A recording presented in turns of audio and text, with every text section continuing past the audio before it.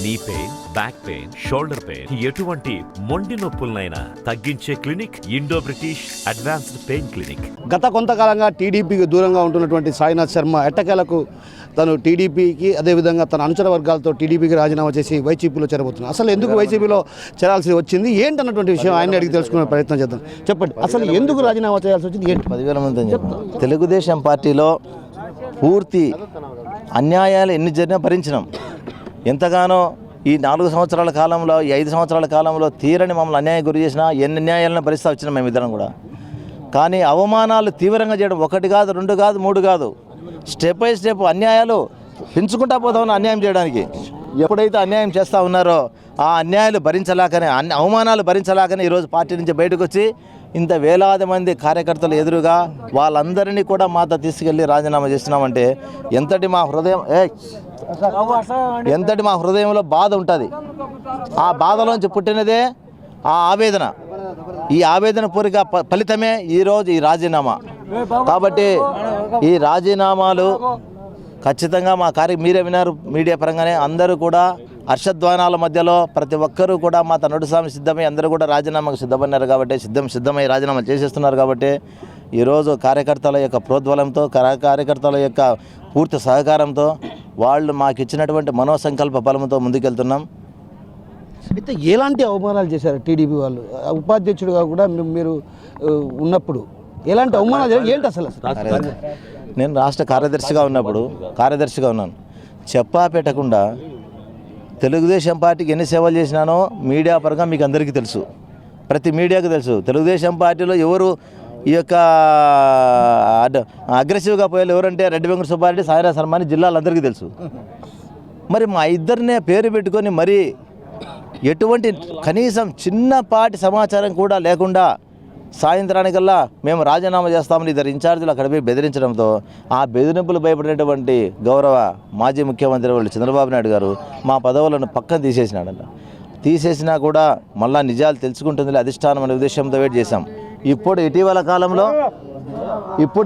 కాలంలో మళ్ళా పార్టీ నుంచి పిలుపులు మాకు, మీరు రాండి, ఇప్పుడు రాండి అంటే ఇన్ని రోజులు మమ్మల్ని అవమానపరిచి వీధిలో పడేసి మమ్మల్ని వేసిన ఒక రకం అండి. మా కార్యకర్తలను, మాతో పాటు నడిచినటువంటి కార్యకర్తలను ఎన్ని రకాలుగా ఇబ్బందులు పడ్డారు. కార్యకర్త దాడులు చేసినా పార్టీ పట్టించుకోదు, కార్యకర్తలకు ఎన్ని కేసులు పెట్టినా పార్టీ పట్టించుకోదు. డబ్బు మేము చెమటోర్చి సంపాదించినటువంటి డబ్బు పార్టీ కోసం ఖర్చు పెట్టి ఆ పార్టీని ప్రాంతంలో బతికించినాం మేమంతా కూడా. కాబట్టి అంతటి నిజాయితీగా పనిచేసినాము కాబట్టి అవమానాలు భరించలేదు. ఇటువంటి ఘోరమైన అవమానాలు చేశారు కాబట్టి ఈరోజు ఇంతటి కఠినమైనటువంటి కఠోర నిర్ణయం తీసుకోవాల్సి వచ్చింది. అయినా మీరు 10,000 మందితో ఇక్కడ ఏదైతే పెద్దచెప్పల్లిలోనే నిర్వహించాలని ఎందుకు అనుకున్నారు? పెద్దచెప్పల్లి గ్రామం అనేది నాకు రాజకీయంగా జీవితాన్ని ఇచ్చినటువంటి ప్లేసు. రాజకీయంగా నేను నా ప్రస్థానం స్టార్ట్ చేసింది పెద్దచెప్పల్లిలోనే. కాబట్టి ఈ పెద్దచెప్పల్లి ప్రాంతాన్ని నేను ఎన్నుకుంటే ఇక్కడ మీటింగ్ పెట్టకుండా కూడా ఇక్కడ కూడా వీటిలో కూడా అవమానాలు చేయాలని ప్రయత్నం చేసినారు. ఇంకా కసి తీరలే వాళ్ళకి. పార్టీ నుంచి మేము బయటకు వస్తాను కూడా వాళ్ళకి ఎటువంటి ఇంకా అవమానాల గురించి ప్రయత్నం చేస్తూ ఉన్నారు. కానీ దేవుడు అనేవాడు ఉంటాడని చెప్పిన. కాబట్టి భగవంతుడు అన్నాడు. కాబట్టి ఈరోజు ఇంత విజయవంతంగా ఇన్ని వేలాది మంది కార్యకర్తల యొక్క అంత ఆదరాభిమానాల్లో మీరే మీడియా చూసింటారు. కాబట్టి వాళ్ళందరి సమక్షంలోనే మేము ఈరోజు రాజీనామా చేయడం జరిగింది. ఇటీవల కాలంలో జరిగినటువంటి దాడుల్లో సాయినాథ్ శర్మ అనే దాడి చేశారన్నటువంటి ఆరోపణలు చేస్తున్నారు, ఎలా చూడొచ్చు సార్? మీకు అందరికీ మీడియాకు నేను ప్రత్యేకించి చెప్పాల్సిన అవసరంలే.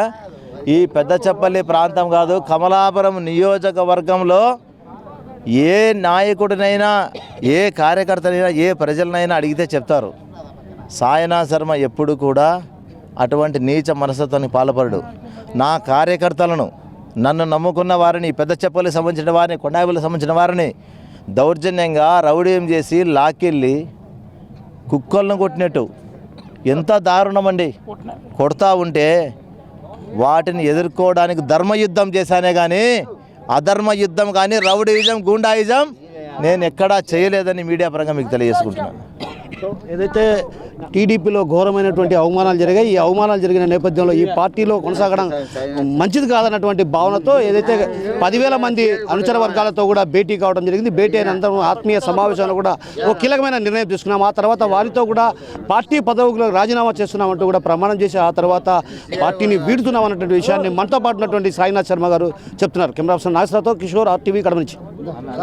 ఈ రాష్ట్ర చరిత్రలో ఎక్కడ లేని విధంగా తెలుగుదేశం పార్టీకి 10,000 మంది కార్యకర్తలతో సహా రాజీనామా చేసినటువంటి ఒక చరిత్రతో కూడుకున్నటువంటి ప్రాంతం ఈరోజు కమలాపురం ప్రాంతం. కాబట్టి మీరందరూ కూడా మీడియా పరంగా మీ అందరూ కూడా నేను మనస్ఫూర్తిగా ఇక్కడికి వచ్చిన మీడియా వారికి అందరికీ కూడా పేరు పేరున ధన్యవాదాలు తెలియజేసుకుంటున్నా మనస్ఫూర్తిగా. ఎందుకంటే తెలుగుదేశం పార్టీకి ఎంత నిజాయితీగా పనిచేశామో, ఎంత నిబద్ధత పనిచేశామో మా మనస్సాక్షికి తెలుసు. తెలుగుదేశం పార్టీ యొక్క తెలుగుదేశం పార్టీ మీద ప్రాణం పరంగా పెట్టి పనిచేశాం. కానీ లాస్ట్కు మాకు దక్కినటువంటి ప్రతిఫలం ఏంటంటే పార్టీ నుంచి మమ్మల్ని గెంటి వేయడానికి పరిస్థితి ఎవరు కల్పించారు. నిజాయితీగా పనిచేస్తే పార్టీలో ఏమాత్రం స్థానం ఉండదని తెలియజేసుకు మేము ఉదాహరణ, నేను అన్న ఉదాహరణ ఇద్దరం కూడా.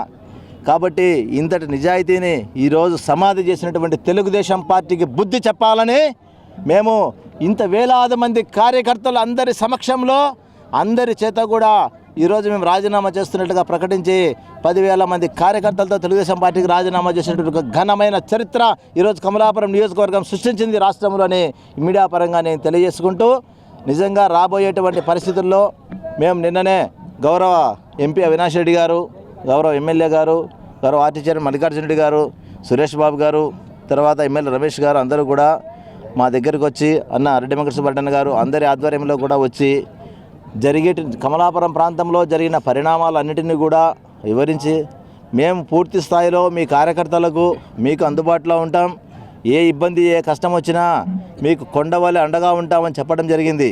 అట్లాగే అవన్నీ కూడా నేను ఇంపార్టెంట్ కాదు, నాకు మా నియోజకవర్గ యొక్క అభివృద్ధి ముఖ్యం.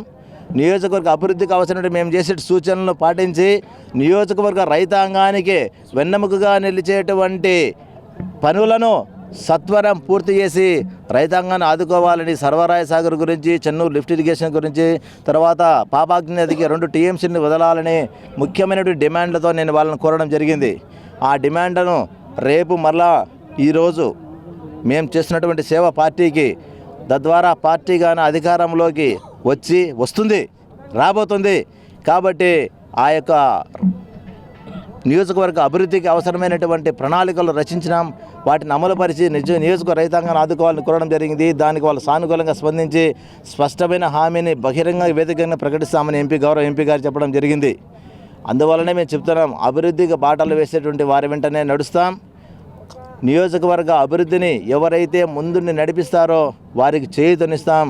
తద్వారా వారి గెలుపుకు మేము పూర్తి స్థాయిలో దోహదపడతామని మీడియా పరంగా తెలియజేసుకుంటున్నా. తర్వాత మాలో ఎటువంటి స్వార్థపూరిత లక్షణాలు లేవు కాబట్టి ఈరోజు నిర్భయంగా ఎటువంటి పార్టీ లేకపోయినా పిలిపివ్వగానే ఏ వైఎస్ఆర్ పార్టీ యొక్క కార్యకర్తని సమావేశాన్ని పిలవకుండానే మా సొంత కార్యకర్తలు ఈరోజు వేలాది మంది మీడియా సమస్యలను మీరు చూడడం జరిగింది, ఎంతమంది వచ్చారో.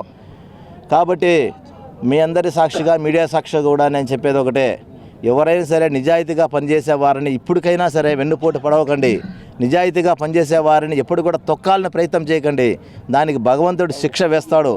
భగవంతుడు అనేవాడు ఖచ్చితంగా నిజాయితీ పరుల అంటే ఉంటాడు. ధర్మమే జయిస్తుంది, ధర్మమేవ జయితే, సత్యమేవ జయితే. జై హింద్.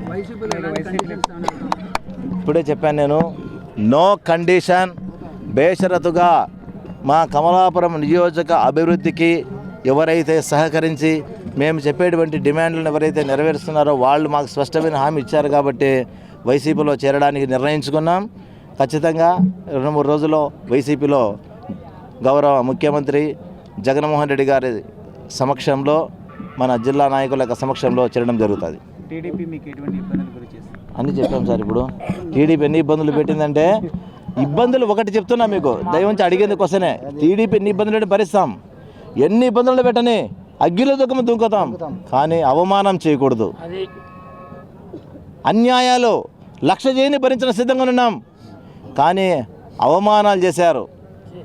పార్టీకి నిజాయితీగా పనిచేసిన మమ్మల్ని అవమానానికి గురి చేయడంతో ఆత్మగౌరవం చంపుకోలేకనే ఈరోజు ఇన్ని వేలాది మంది కార్యకర్తలతో కలిసి తెలుగుదేశం పార్టీకి రాజీనామా చేయడం జరిగింది. అవమానానికి అందరం కూడా ప్రతీకారం, ప్రతీకారం అంటే అదేదో మేము దాడులు చేయడము అట్లాంటి మా చేత కాదు, లేకపోతే ఎవరిని బెదిరించడము, లేకపోతే గూండాయిజం రౌడీజం మా చేత కాదు. మేమంతా కూడా ప్రేమ శాంతియుత భావాలతో ప్రజల్లోకి వెళ్ళేటువంటి విధానాలు ఉన్నాయి కాబట్టి. కాకపోతే ధర్మం ఏ రోజైతే అక్కడ క్షీణిస్తుందో ఆ ధర్మాన్ని ఎదుర్కోవడానికి యుద్ధం చేయడానికి సిద్ధంగా ఉన్న ఉద్దేశంతోనే ఇక్కడ సిద్ధమైనటువంటి గొప్పగా ధైర్యంగా నడిచే జగన్మోహన్ రెడ్డి వెంట నడవడానికి సిద్ధమే ఈరోజు మేము ముందుకెళ్తున్నామని తెలియజేసుకుంటున్నాం. ఇంకొకటి కూడా, తెలుగుదేశం పార్టీ అన్యాయం అనేది ఎంతైనా సహిస్తాం. ఒకవేళ ఇక్కడ అన్యాయం జరిగినా సహిస్తాం, కానీ అవమానం జరిగితే సహించమని ఓపెన్గా నాయకులు ఎదురుగా చెప్పడం జరిగింది. లోకేష్ గారి బర్త్డే ఈ యొక్క కడప జిల్లాలో 175 నియోజకవర్గాల్లో ఎక్కడ చేయని విధంగా వారం రోజుల పాటు వారోత్సవాలు చేసినటువంటి మగాడు ఎవరైనా సరే ఈ యొక్క తెలుగుదేశం పార్టీలో ఉన్నాడా చెప్పండి. ఈ జిల్లాలో నేను రెడ్డమన్న ఇద్దరు మాత్రమే జెండా పెట్టుకొని తిరిగా. మొత్తం ఇండ్లలో దాంకొని కేసులకు భయపడి 3.5 సంవత్సరాల పాటు ఈ తెలుగుదేశం పార్టీ పేరు చెప్తేనే ఓయమ్మ ఎక్కడ అవమానం అవుతుందని భరించేటువంటి పరిస్థితుల్లో ఉన్నటువంటి నేపథ్యంలో 18 క్రిమినల్ కేసులు, 19-20 క్రిమినల్ కేసులు అయినాయి. కేసులు పెట్టించుకొని కార్యకర్తలను కాపాడుకుంటూ, కార్యకర్తల మీద కాపాడుకుంటే ఆ కేసులు భరించుకుంటూ ముందుకెళ్ళినటువంటి సంఘటనలు అట్లాంటివన్నీ భరిస్తాం. కార్యకర్తల కోసం ప్రాణమైన ఇస్తాం. కానీ నాయకులు, నమ్మినటువంటి నాయకులు, మా సేవను అందుకుంటున్న నాయకులు చేసిన అవమానాలు భరించలేకనే ఈరోజు ఇంతటి బాధాకరమైన నిర్ణయాన్ని తీసుకోవడం జరిగిందని మీడియా పరంగా మీకు తెలియజేసుకుంటాం. మరిన్ని వీడియోస్ కోసం ఛానల్ ని సబ్స్క్రైబ్ చేయండి. లేటెస్ట్ అప్డేట్స్ కోసం వాట్సాప్ ఛానల్ ని ఫాలో చేయండి. అండ్ లింక్ డిస్క్రిప్షన్ లో ఉంది.